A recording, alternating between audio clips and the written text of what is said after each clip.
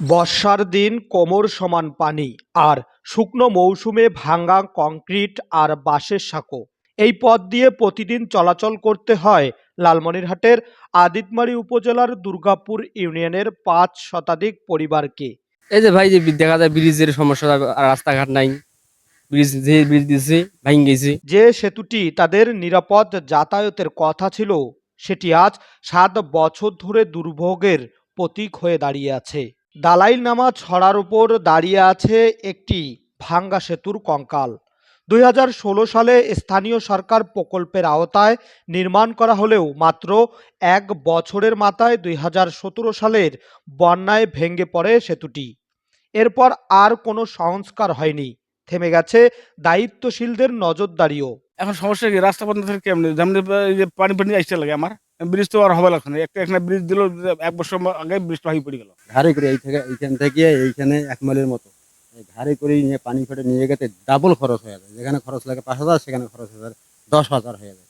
এটা যদি একটা সুরাহা করা যাইতো। ভারত থেকে নেমে আসা গিরিধর নদীর পানি আর বর্ষার ঢলে প্রায় প্লাবিত হয় দিগলটারির বিজিবি ক্যাম্প ও ডিগ্রিচর এলাকার মধ্যবর্তী এই স্থান।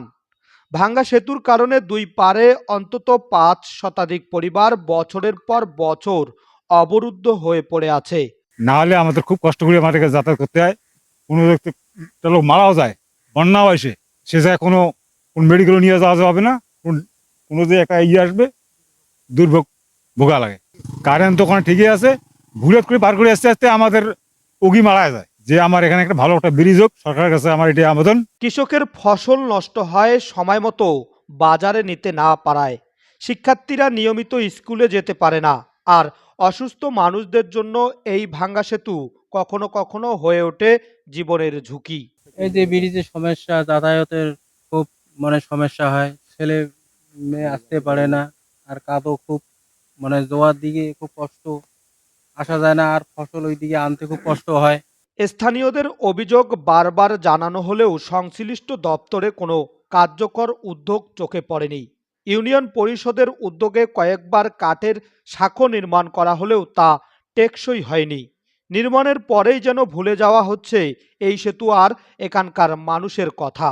তবে দীর্ঘদিনের এই দুর্ভোগের বিষয়ে কথা বলেছে স্থানীয় সরকার প্রকৌশলী অধিদপ্তর।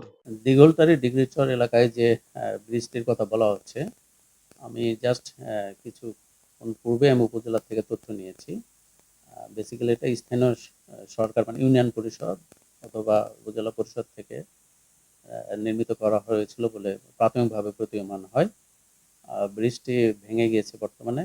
ওই অংশে আমাদের একটা প্রকল্পে নতুনভাবে আমরা করার জন্য একটা প্রস্তাবনা দিয়েছি। কিন্তু প্রশ্ন থেকে যায়, মাত্র ১ বছরের মাথায় ভেঙে পড়া একটি সেতুর দায় কার?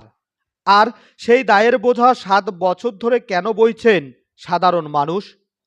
সীমান্ত ঘেঁষা দুর্গাপুর ইউনিয়নের মানুষের শিক্ষা, চিকিৎসা ও অর্থনৈতিক নিরাপত্তা নিশ্চিত করতে এখনই প্রয়োজন কার্যকর উদ্যোগ। নইলে ভাঙ্গা এই সেতু শুধু কংক্রিট নয়, এটি হয়ে থাকবে অবহেলার প্রতিচ্ছবি। মাহসিন ইসলাম শাওন, লালমনিরহাট নিউজ।